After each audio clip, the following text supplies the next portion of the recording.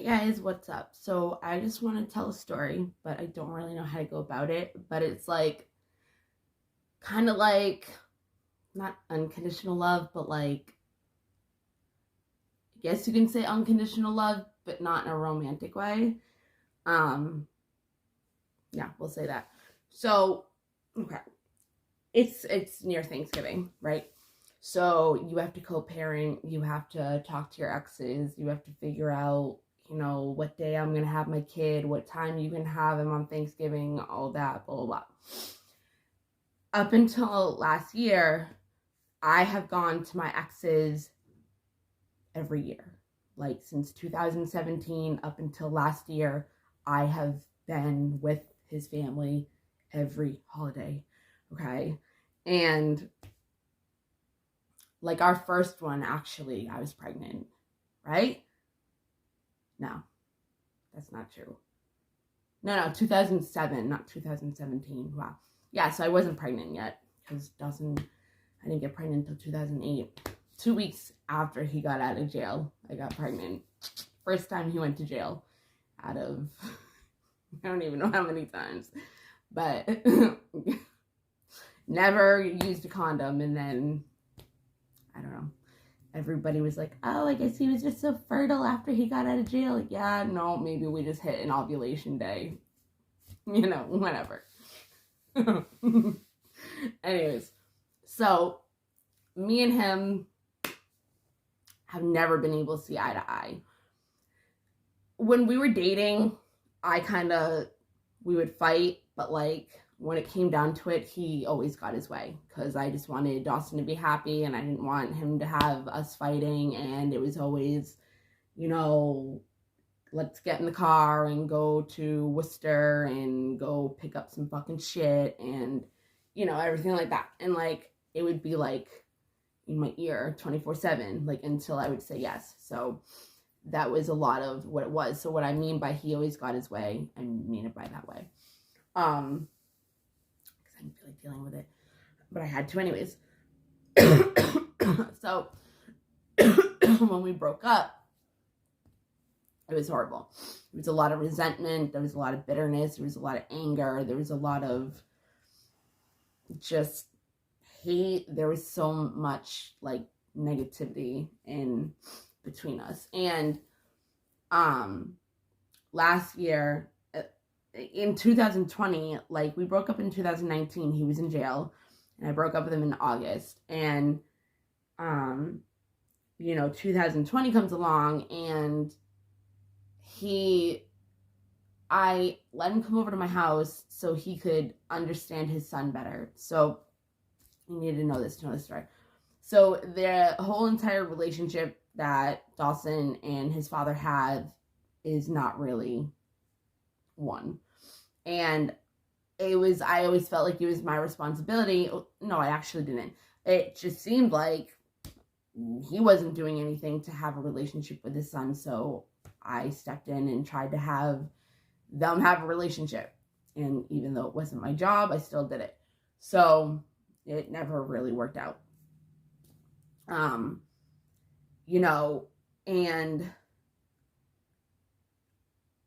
yeah.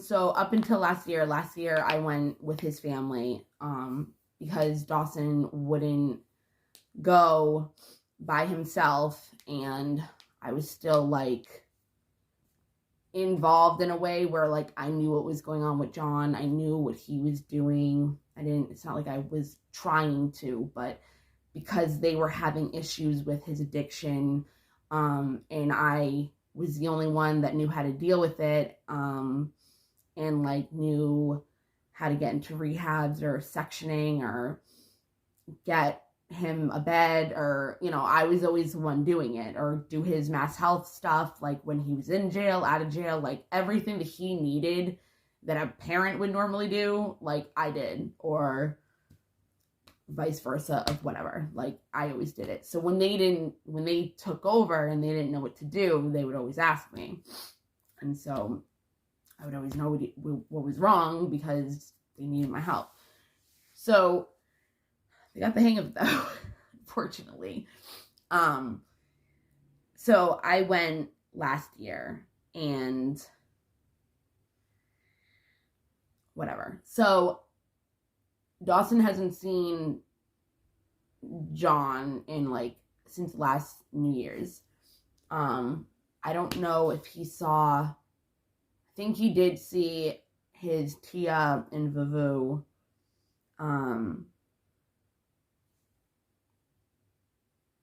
before that. Or yeah. So I've had issues with like his dad mainly over the course of, you know, whatever. Old school Portuguese man, stubborn. He softened up over the years. I'm literally going to take credit for that because I was the only light in that family.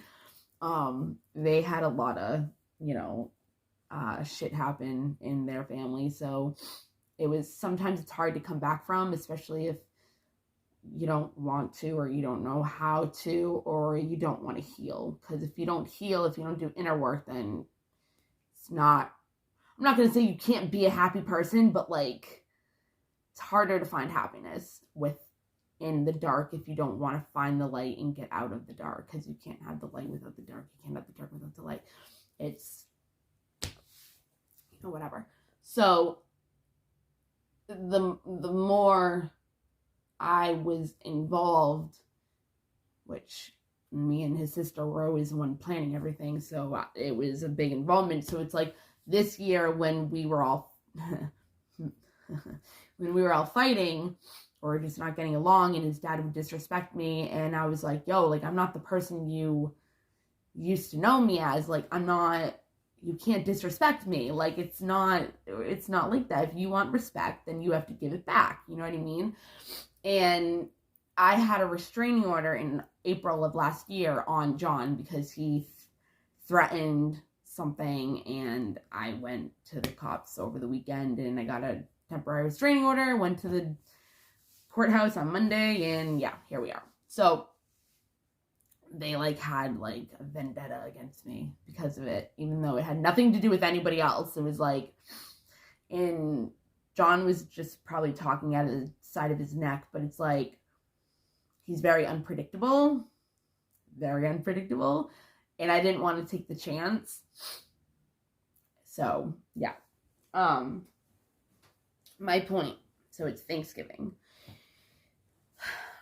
His dad was messaging my mom to try to plan stuff and kind of going through Dawson because he doesn't want to go through me. And my mom is stressed out. She's having health problems, you know, all that. And Dawson's a fucking 13-year-old inconsistent texter with anybody else besides his friends and me. Let's just say that. So, you know, my mom finally had to tell him, like, you need to go to Bethany because, like, I don't know if she has plans with anybody else on Thanksgiving. I don't know if she's doing this. I don't know if she's doing that. But, like, I'm busy. I can't really deal with it. Like, you have to message her. And it took a couple days, but he messaged me yesterday.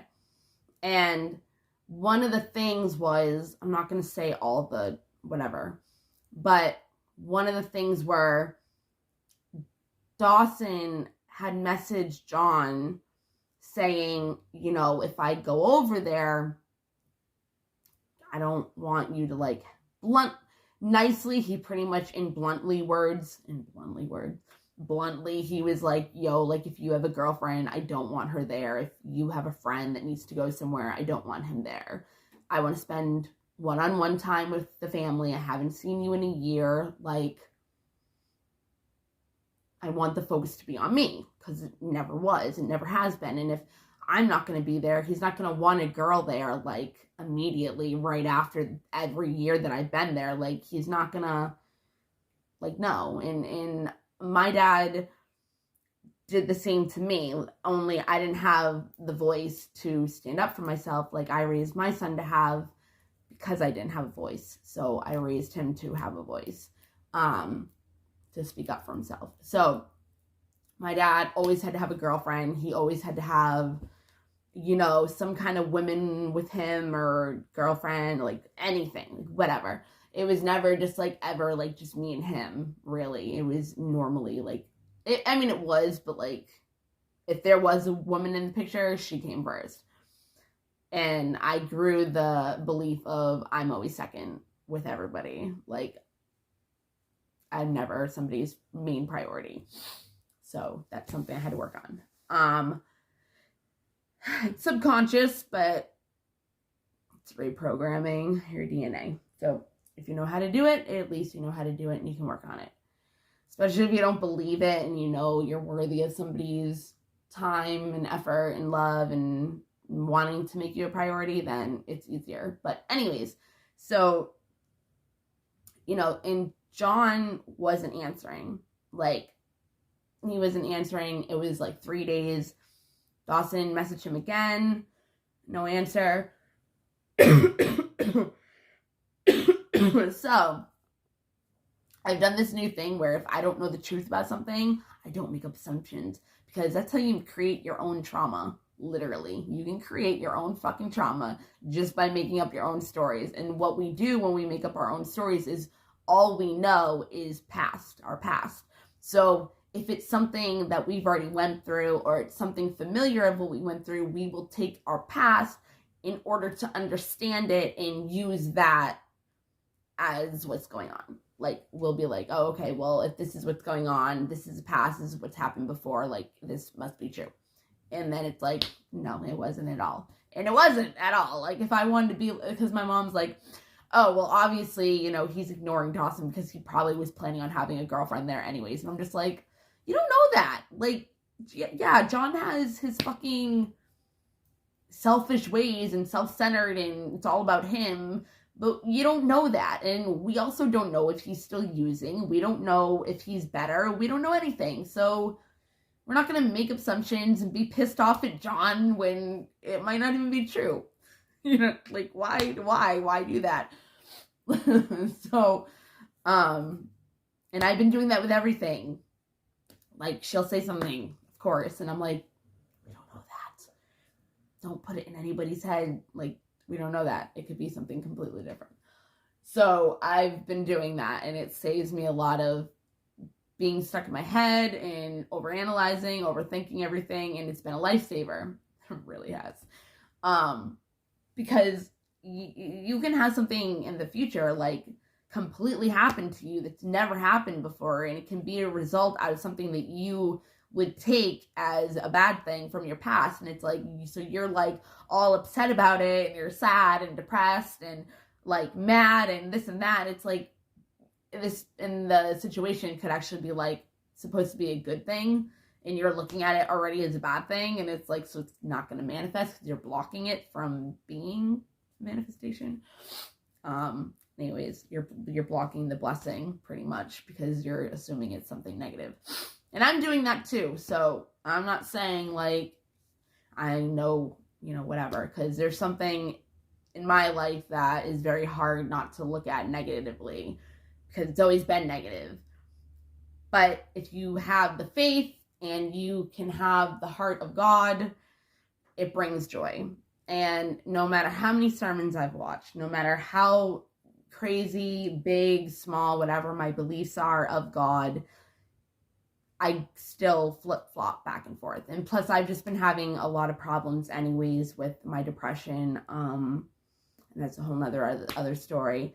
And I realized that I was using that negative situation as an escapism, as of what was really going on in my life that I was ignoring, that I was using that relationship to,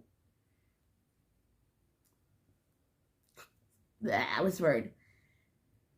Take up all my mind. So, like, I wouldn't pay attention to everything else.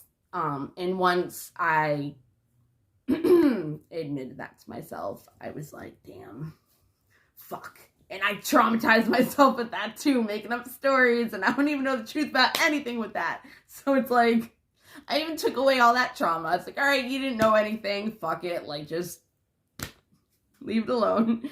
If it's meant to be, it's meant to be. If it's supposed to resolve itself, it's supposed to. Like, there's nothing I can do about it.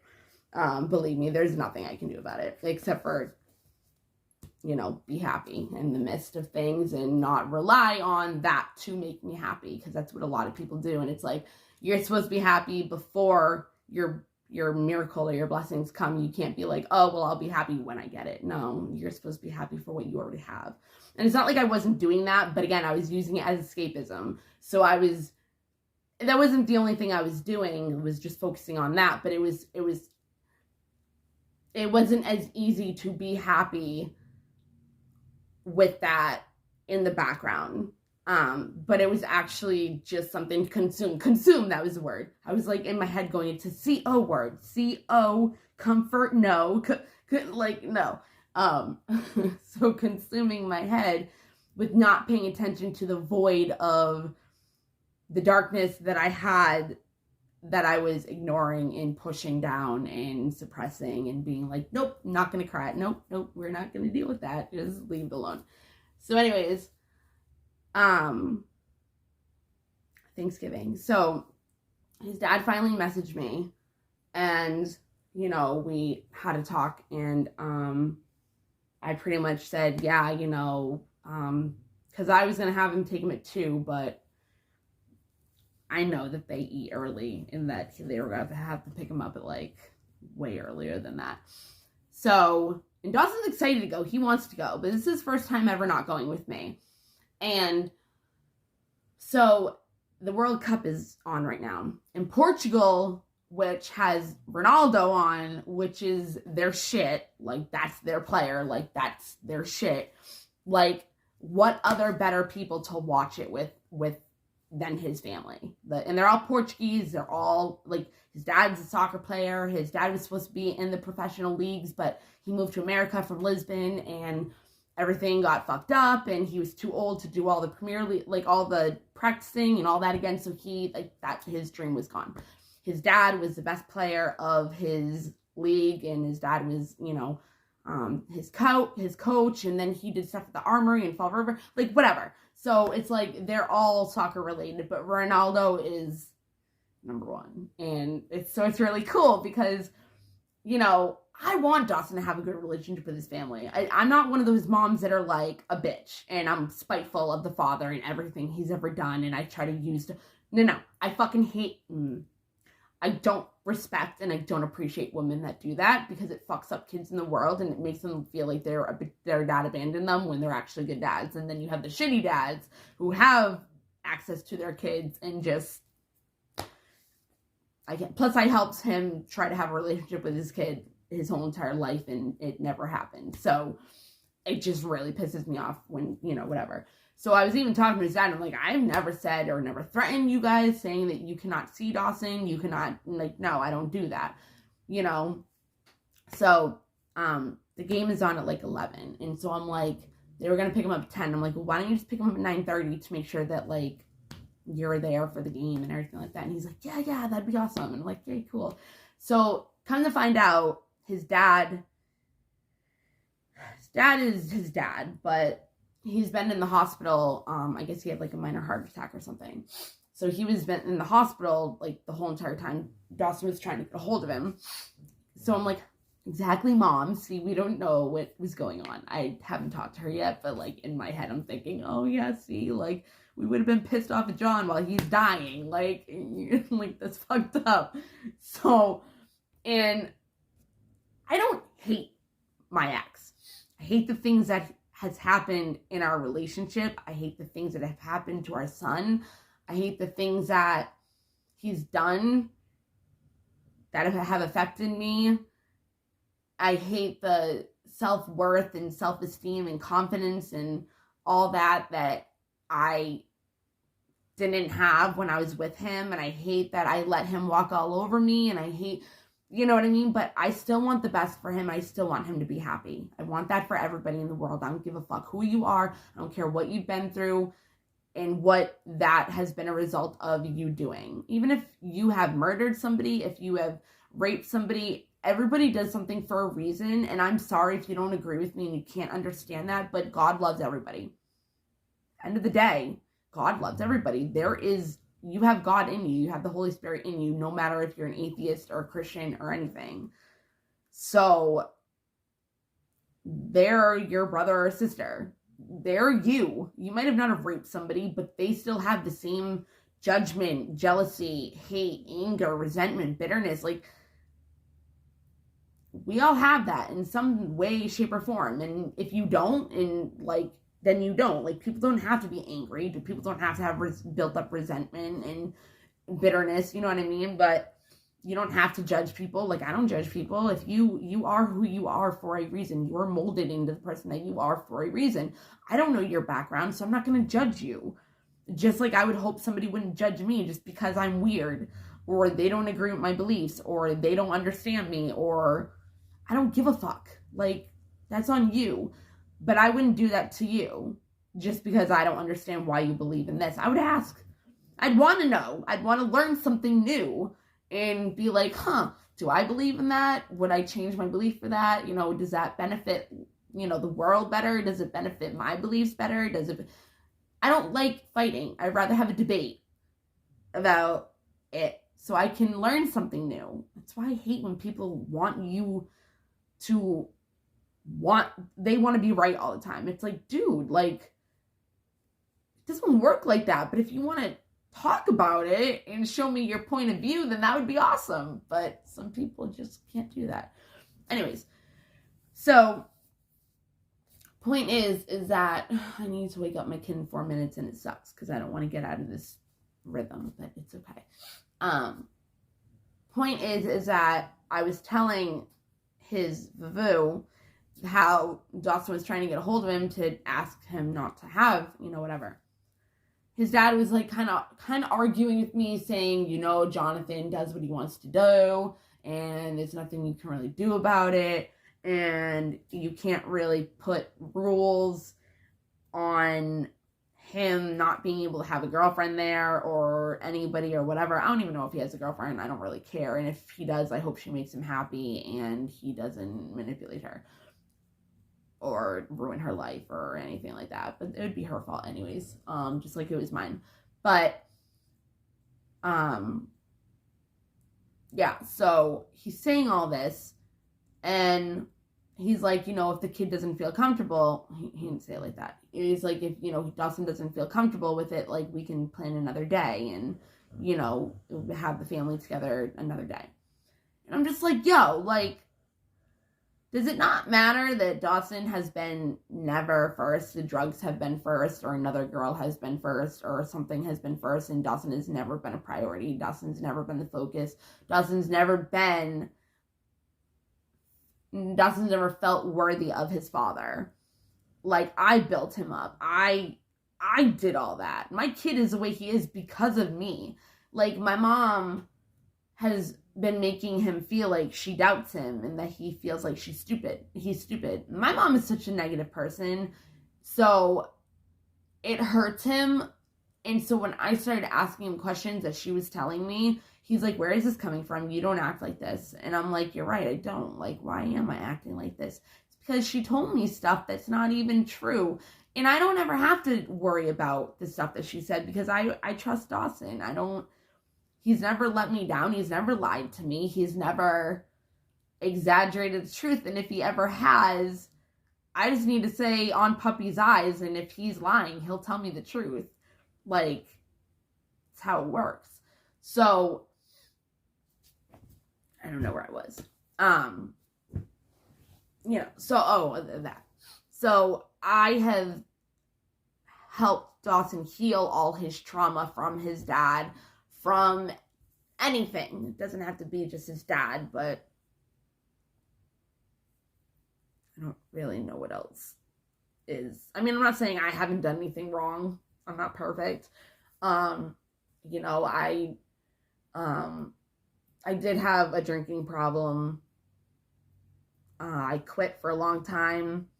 I had him. I didn't drink for a long time, and then I did for like somewhat of a time, and then I stopped.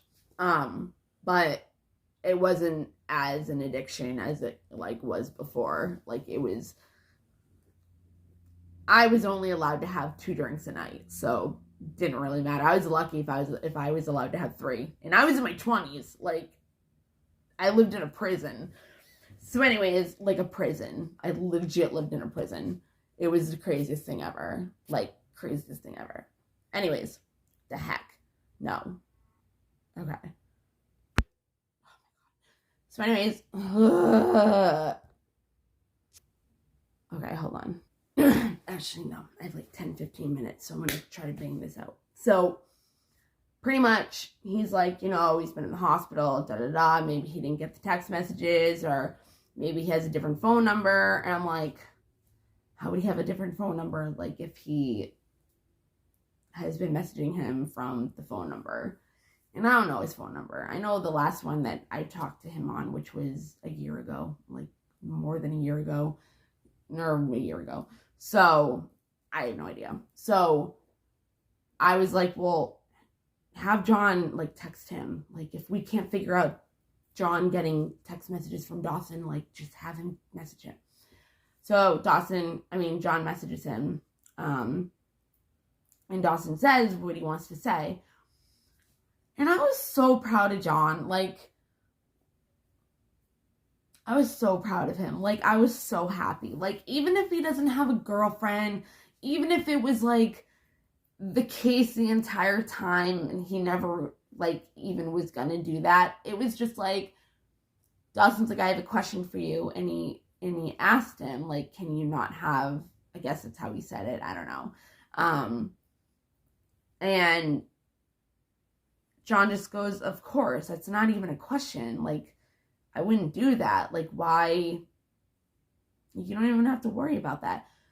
But when I found out that he had done that and John wasn't messaging him, I didn't manipulate the situation, but I did in a way, because I said to Dawson, you can keep trying, or you can have me say something, or we can leave it alone and just see what Daddy would do, and you can just accept what he would have done. And I didn't do that. I talked to his dad, to Vivu, John's dad, when I talked to him about it, and that got all figured out. But the thing is that even though I was in the background doing whatever I was doing, John still passed the test on his own. Like, he still did it. I just manipulated it so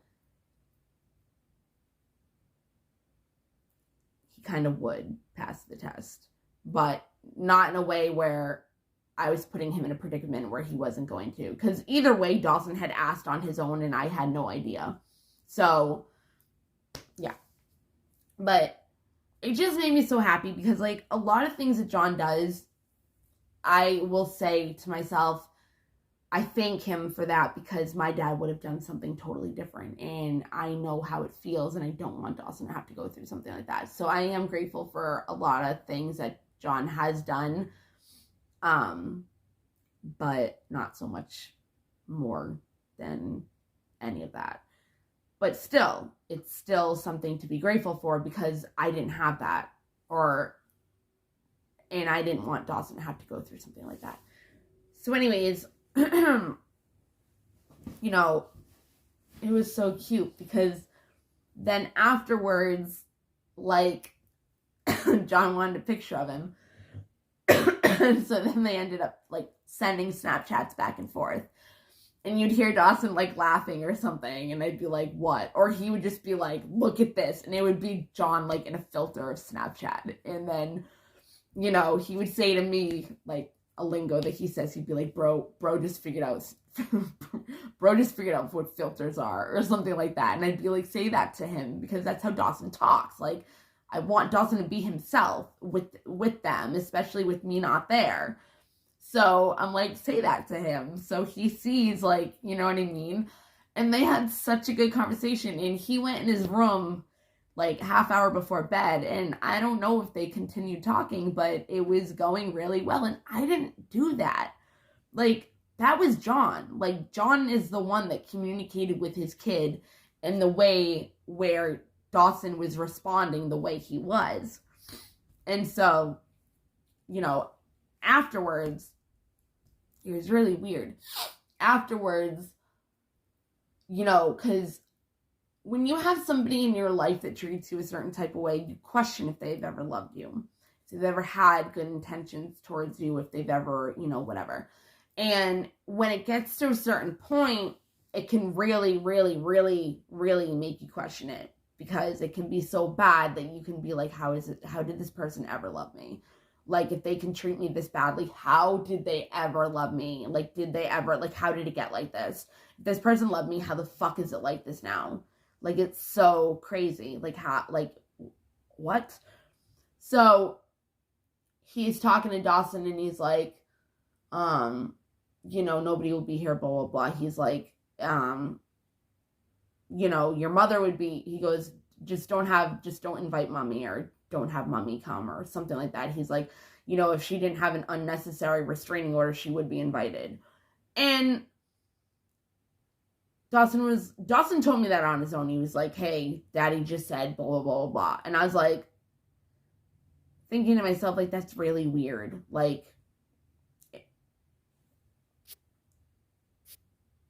I was just like, that's, like, really weird. Like, why would he even want me to go after, like, if we didn't have a restraining order, like, we probably would have kept fighting and fighting and fighting. It would have been worse and worse and worse. And you know what I mean? But, like, after, like, a year of not fighting or not talking at all, like, whatever. But I'm a big part of his life, or, was, or still is, because I was, and, I was around 13 years. So there's still a big part of your life, just not in your life. But it just,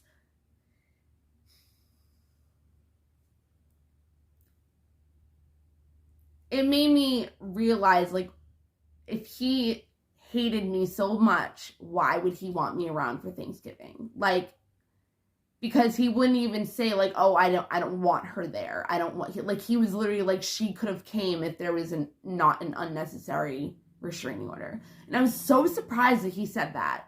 Like, I was just like, wait, that's so, I probably still wouldn't go, I don't think, but that's just really weird. And Dawson just kind of looked at me, and I was thinking about it, and I'm like, that's just really weird. But it made me feel a certain type of way, where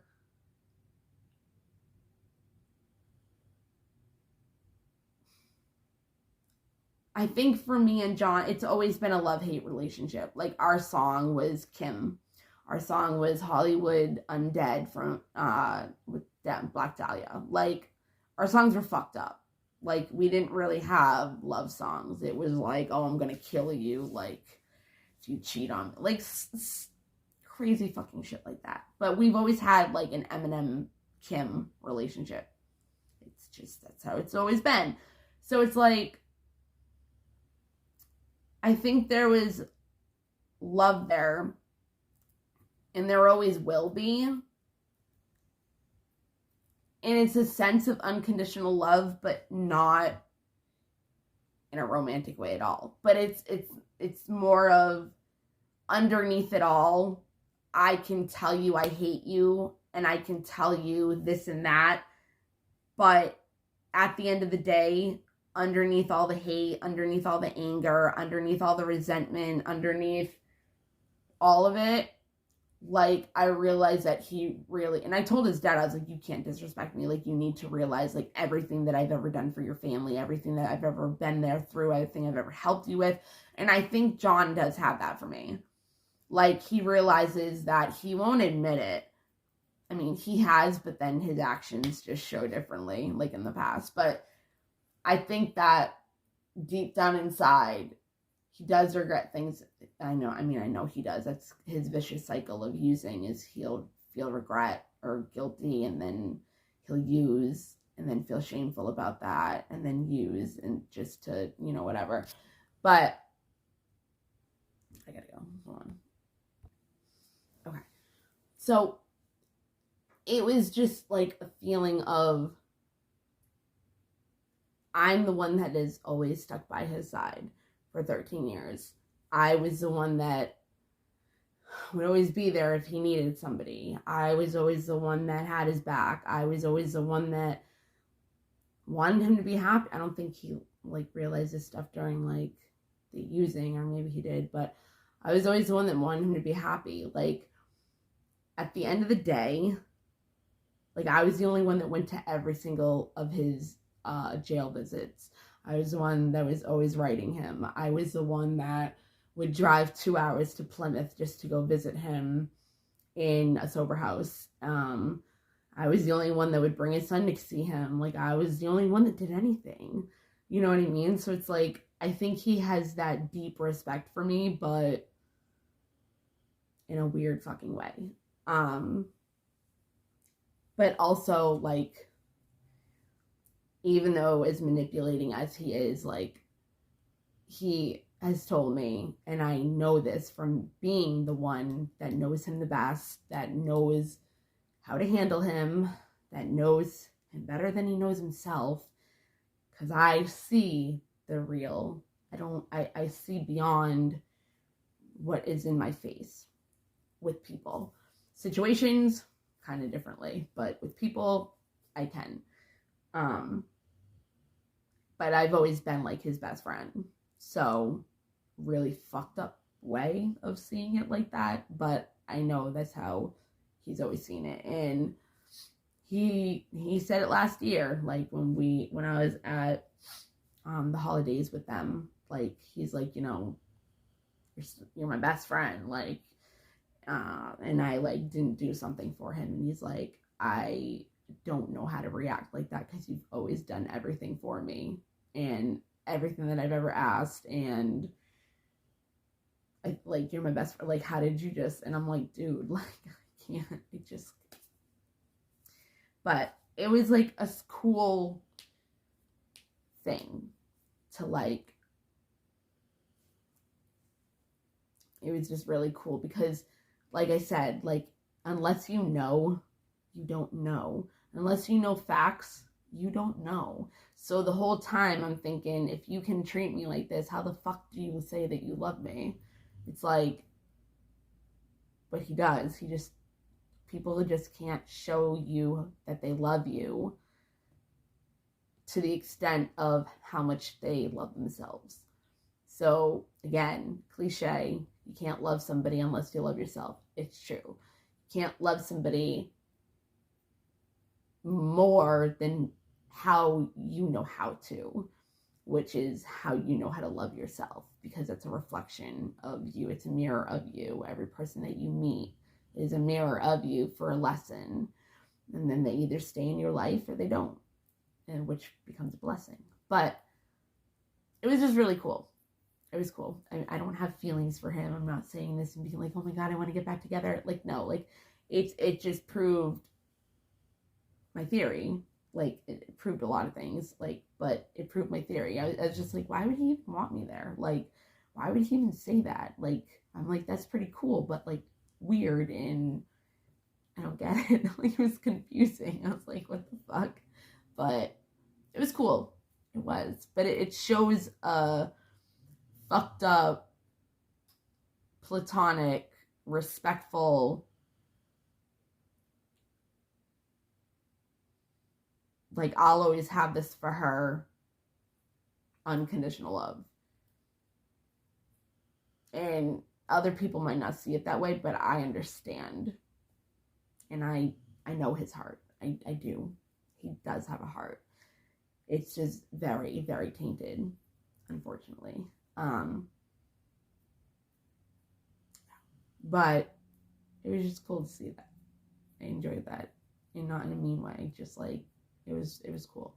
But I just want to say, don't ever underestimate a person, and don't ever believe something and make up your own stories in your head unless you know the truth.